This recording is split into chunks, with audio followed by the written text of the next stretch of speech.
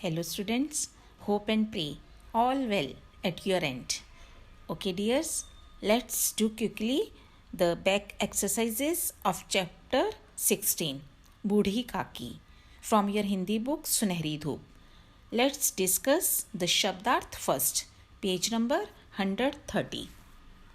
पहला शब्द है प्रतिकूल मीन्स विरुद्ध एडवर्स, तरुण युवा यंग, सब्जबाग झूठे सपने फॉल्स ड्रीम्स और प्रोमिसेस, तृष्णा प्यास लालसा डिज़ायर, आश्वासन तसल्ली देना मीन्स गिविंग एश्योरेंस, आर्तनाद दुख भरी चीख स्क्रीम, अनुराग प्रेम लव, रक्षागार सुरक्षित स्थान सेफ प्लेस, लोलुपता लालचीपन ग्रीड, प्रतिष्ठा इज्जत प्रेस्टीज, क्षुधावर्धक भूख बढ़ाने वाली एपिटाइजर, हुक उठना दर्द उठना पीड़ा होना फीलिंग पेन, उद्विग्न परेशान रेस्टलेस टेंस्ड, कोठे कोठरी means a small dark room, विलंब देरी डिले,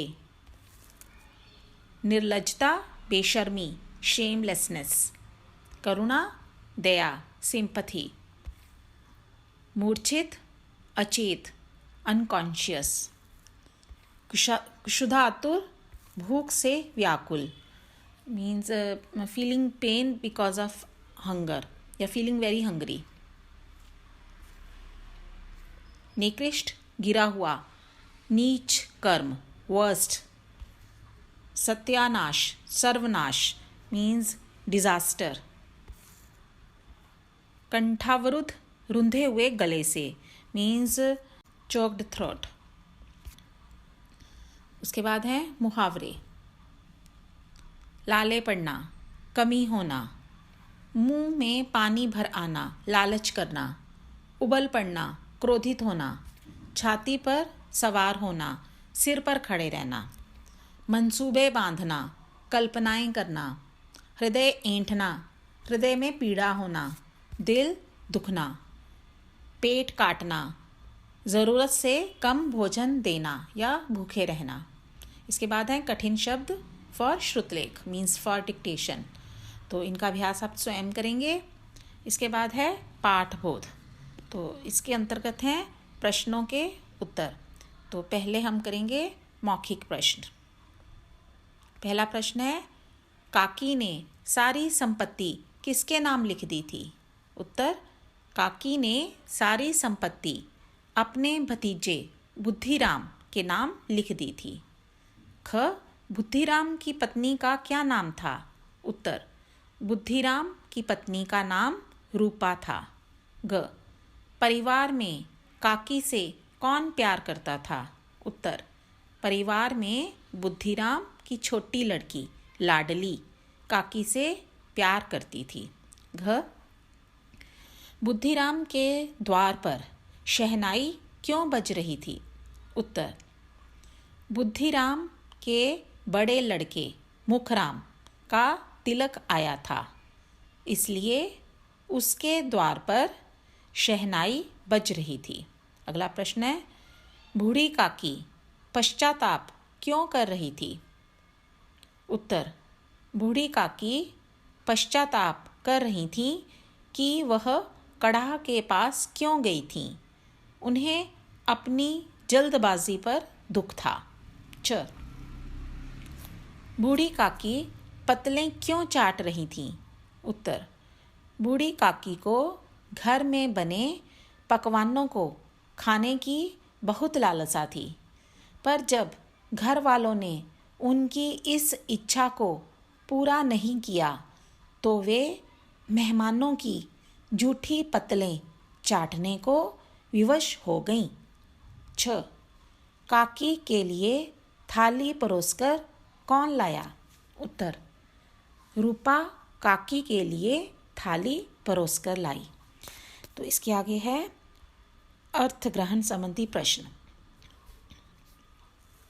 तो इसमें सबसे पहले है किसने कहा। सही विकल्प के आगे टिक का चिन्ह लगाइए। तो इसे वैसे आपको स्वयं करना चाहिए। एनीवे मैंने यहाँ पर मार्क किए हैं। क, महाराज ठंडाई मांग रहे हैं। तो इसका सही ऑप्शन क्या है? ये किसने कहा? किसी ने, somebody। ख, परमात्मा मेरे बच्चों पर दया करो। तो ये किसने कहा? रूपा ने। ग, काकी उठो भोजन कर लो। तो ये किसने कहा? रूपा ने। इसके बाद है घ, और पूड़ियाँ मांग लाओ। ये कहा काकी ने। तो इसके अगला इसी में आगे है, निम्नलिखित वाक्यों को ध्यानपूर्वक पढ़िए। जो वाक्य सही हैं उनके सामने हाँ लिखिए और जो गलत हैं उनके सामने नहीं लिखिए। तो क है, रूपा ने दिया जलाकर भंडार का द्वार खोला। तो ये सही है, तो इसके आगे हम लिखेंगे हाँ। ख, लाडली काकी के लिए पूड़ियाँ लाई थी। ये भी सही है, तो हाँ। अगला है ग, रूपा ने काकी का हाथ पकड़कर उन्हें जूठे पतलों के पास बैठा दिया। तो ये रूपा ने नहीं किया था, ये लाडली ने किया था। तो ये गलत है, तो इसके आगे लिखेंगे नहीं। बुद्धिराम काकी को आश्वासन और सुखी सहानुभूति देना चाहते थे। हाँ। बुद्धिराम के बड़े बेटे का तिलक आया था। ये भी सही है, हाँ। काकी ने पिटारी के खुरचन को फेंक दिया। नहीं, उसने खा लिया था। काकी सब कुछ भुलाकर खाना खा रही थी। हाँ। तो इसके आगे हैं लिखित प्रश्न। तो इसमें पहले हैं लघु उत्तरीय प्रश्न। पहला प्रश्न है, काकी ने अपनी सारी संपत्ति किसे और क्यों दे दी? उत्तर, काकी के पति स्वर्ग सिधार चुके थे। उनके बेटे भी तरुण होकर चल बसे थे। अब एक भतीजे के सिवाय उनका कोई ना था, इसलिए उन्होंने अपनी सारी संपत्ति भतीजे के नाम कर दी थी। ख, काकी की संपत्ति की वार्षिक आय क्या थी? Means annual income. उत्तर, काकी की संपत्ति की वार्षिक आय 150-200 रुपये से कम ना थी। ग, बुद्धिराम की सुचेष्टा को कौन सा भय दबाए रखता था? उत्तर, बुद्धिराम की सुचेष्टा को विशेष व्यय का भय दबाए रखता था। घ, काकी की शरण लेना लाडली को महंगा क्यों पड़ता था? उत्तर, काकी की लोलुपता के कारण उनकी शरण लेना लाडली को महंगा पड़ता था। अगला प्रश्न है, रूपा की कड़वी बातें सुनकर काकी ने क्या किया? उत्तर, रूपा की कड़वी बातें सुनकर काकी ने सिर उठाया, ना रोई ना बोली, चुपचाप रेंगती हुई अपनी कोठरी में चली गईं।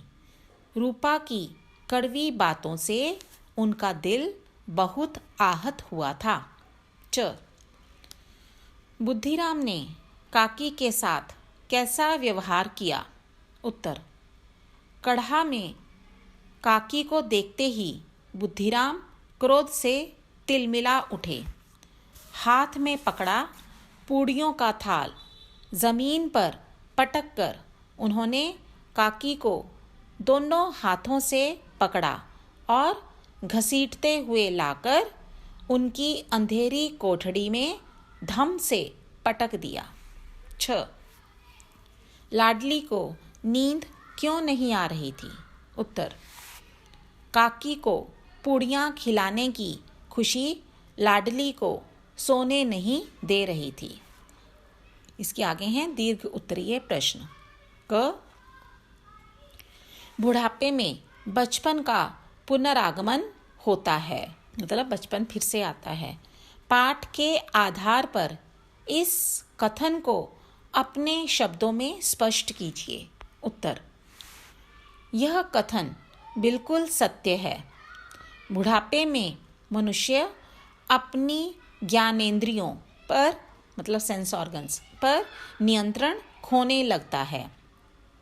वह बच्चों की भांति दूसरों पर निर्भर हो जाता है। इस कहानी में बूढ़ी काकी में जीभ के एक स्वाद के सिवाय और कोई इच्छा शेष ना थी।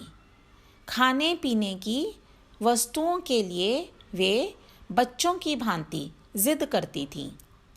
वस्तु ना मिलने पर बच्चों की तरह जोर जोर से रोती थीं और मिलने पर बच्चों की ही तरह सब डांट डपट भूलकर खुश हो जाती थीं। ख बुद्धिराम द्वारा काकी से किए गए वादे केवल सब्ज बाग थे, कैसे? स्पष्ट कीजिए। उत्तर, बुद्धिराम द्वारा काकी से किए गए वादे केवल सब्ज बाग थे। काकी ने अपनी जो संपत्ति बुद्धिराम के नाम कर दी थी, उसकी वार्षिक आय 150-200 रुपये से कम ना थी। तब भी उन्हें बुद्धिराम के घर में ना तो पेट भर भोजन मिलता था और ना ही उनकी किसी और इच्छा की ओर ध्यान दिया जाता था। उनके साथ व्यवहार भी अच्छा नहीं होता था।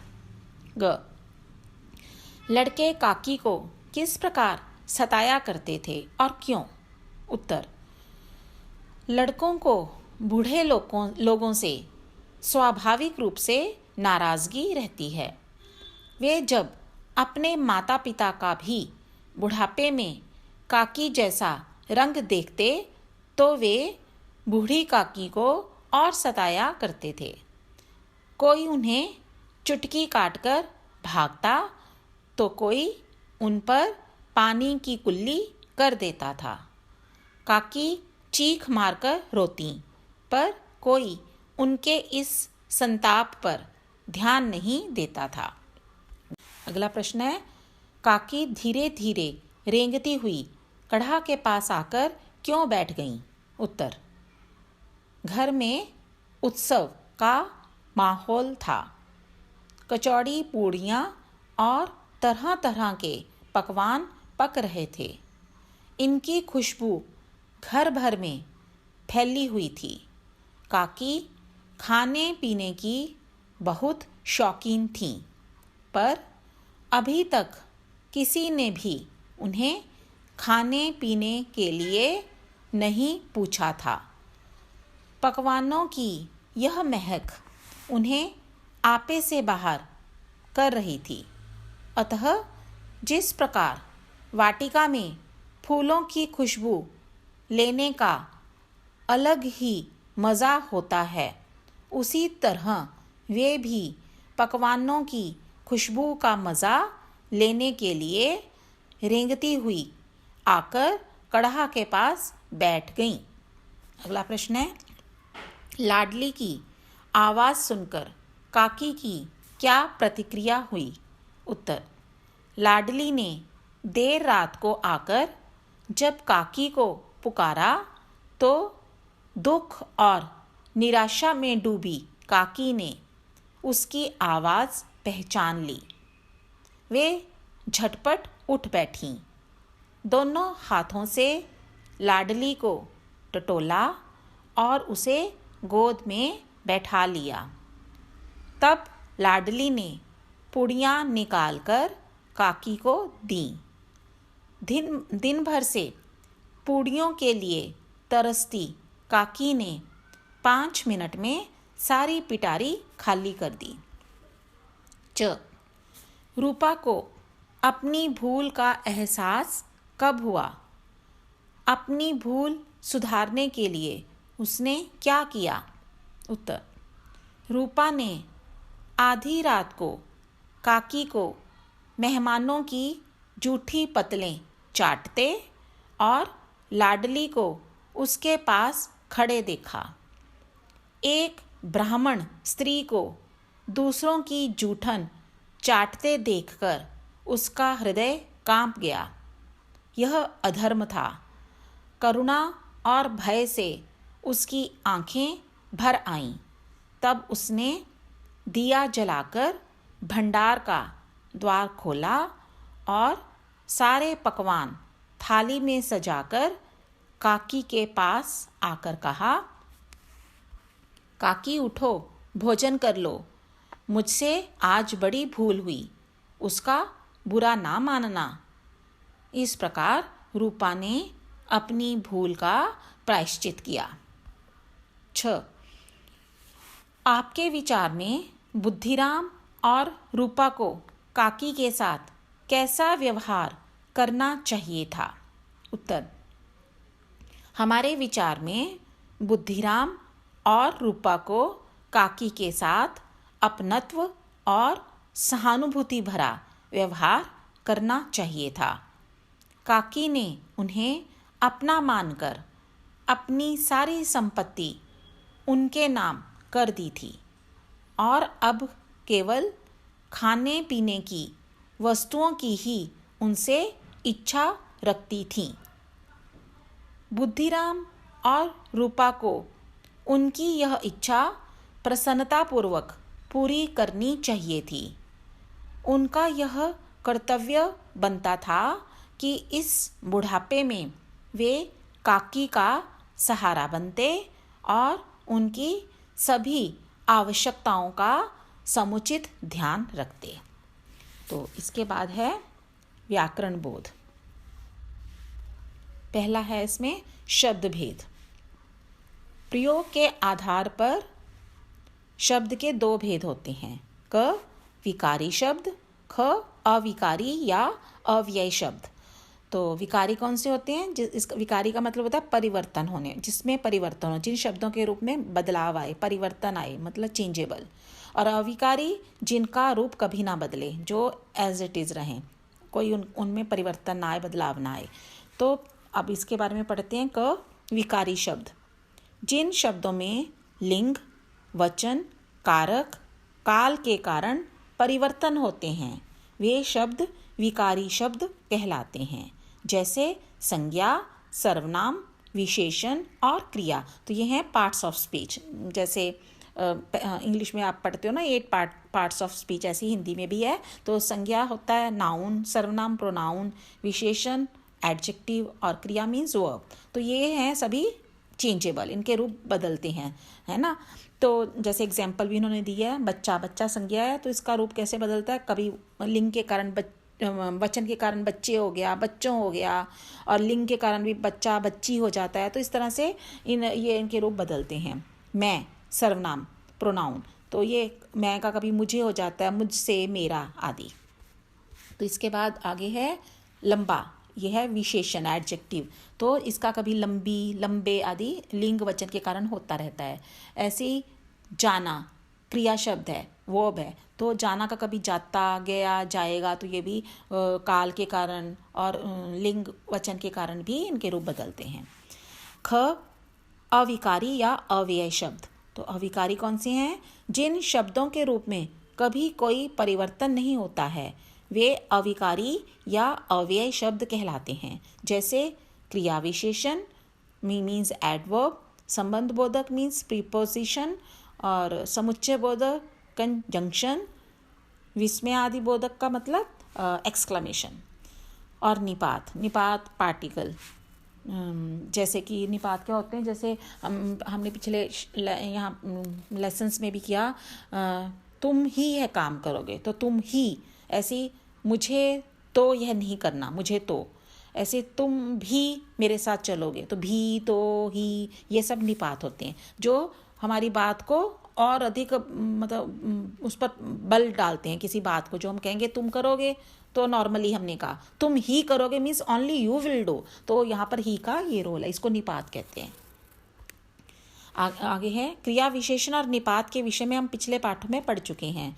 अब हम संबंध बोधक, समुच्चय बोधक, विस्मयादि बोधक, अव्यय शब्दों के बारे में पढ़ेंगे। तो सबसे पहले है संबंध बोधक अव्यय। संज्ञा अथवा सर्वनाम का संबंध वाक्य के अन्य शब्दों से जोड़ने वाले अव्यय शब्द संबंध बोधक अव्यय कहलाते हैं। जैसे के पास, के अंदर, के बाहर, के ऊपर आदि। तो वाक्य में कैसे प्रयोग करेंगे? मेरे घर के पास शिव मंदिर है, तो के पास क्या है? संबंध बोधक, प्रीपोजिशन। ऐसे बच्चे घर के अंदर खेल रहे हैं, तो के अंदर। अगला है समुच्चय बोधक अव्यय, मीन्स कंजंक्शन। जो अव्यय शब्द दो शब्दों, वाक्यों और वाक्यांशों को जोड़ने का कार्य करते हैं वे समुच्चय बोधक अव्यय शब्द कहलाते हैं। जैसे और, तथा, किंतु, परंतु, लेकिन, अन्यथा, अतः, इसलिए, तथापि, ताकि, अर्थात, जैसा कि आदि। तो ये सब तुम्हें आप उसमें पढ़ाई है इंग्लिश में भी, कंजंक्शंस या लिंकर्स यू कैन से। प्रतिदिन व्यायाम करो ताकि स्वस्थ रहो, तो प्रतिदिन व्यायाम करो, स्वस्थ रहो, इन दोनों वाक्यों को किसने जोड़ा? ताकि ने, सो दैट। बादल छाए मगर या परंतु बारिश नहीं हुई। बादल छाए इज वन सेंटेंस, बारिश नहीं हुई अनदर सेंटेंस। तो इन दो वाक्यों को किसने जोड़ा? मगर ने या परंतु ने, दोनों में से कोई एक यूज करेंगे हम। मगर या परंतु का मतलब बट। तीसरा है विस्मय आदि बोधक अव्यय, एक्सक्लेमेशन। जो अव्यय शब्द हर्ष, शोक, भय, घृणा, विस्मय, ग्लानि आदि भावों का बोध कराते हैं उन्हें विस्मय आदि बोधक अव्यय कहते हैं। जैसे वाह, घर कितना सुंदर सजाया है, तो हर्षबोधक, खुशी का यहाँ पे इजहार हो रहा है। हाय, काकी का दुख कोई नहीं समझता, तो ये शोक बोधक है, तो इससे दुख की अभिव्यक्ति हुई है। तो अब आपने क्या करना है? नीचे लिखे वाक्यों में रेखांकित शब्दों के सामने विकारी या अविकारी लिखिए। तो आपने वाक्य को ध्यान से पढ़ना है और बताना है ये विकारी है या अविकारी। तो वह किसी से नहीं बोलता, तो ये क्या है? अविकारी। अचानक आंधी चलने लगी, तो ये भी अविकारी। धार्मिक विचारों के लोग पूजा पाठ करते हैं, तो करते हैं विकारी। सावधान, सामने से गाड़ी आ रही है, तो ये भी अविकारी। आगे है नीचे लिखे वाक्यों में से संबंध बोधक, समुच्चय बोधक और विस्मय आदि बोधक शब्द छांटिए। तो यहाँ पर आपने पहले शब्दों को छांटना है, फिर उसके सामने लिखना है कि कौन सा शब्द है। तो पहला वाक्य क, शाबाश, तुमने बहुत अच्छा काम किया, तो शाबाश को अंडरलाइन करके लिखेंगे विस्मय आदि बोधक। ख, मुझे भूख लगी थी इसलिए खाना खा लिया, तो इसने यहाँ पर इसलिए शब्द दो वाक्यों को जोड़ रहा है, इसलिए समुच्चय बोधक है। इसके बाद है बच्चे घर के बाहर दौड़ रहे थे, तो ये है संबंध बोधक, के बाहर संबंध बोधक। काकी कोठरी के भीतर बैठी थी, तो के भीतर अगेन संबंध बोधक। धन के बिना जीवन में सुख नहीं मिलता, तो के बिना अगेन संबंध बोधक। अब दूसरा प्रश्न है क्रिया विशेषण और संबंध बोधक में अंतर होता है। कुछ अव्यय शब्द क्रिया विशेषण और संबंध बोधक दोनों में प्रयोग किए जाते हैं, परंतु जब ये अव्यय शब्द संज्ञा या सर्वनाम के बाद के से परसर्ग लगाकर लिखे जाते हैं तो वे संबंध बोधक अव्यय कहलाते हैं। मतलब जैसे कोठरी के भीतर, तो कोठरी संज्ञा शब्द है, उसके बाद हमने जब ये भीतर शब्द को लगाया तो के प्रयोग करके लिखा, के साथ भीतर लिखा, के भीतर। तो जब हम परसर्ग लगाकर के में से कुछ लगाते हैं तो वहाँ पे संबंध बोधक होता है।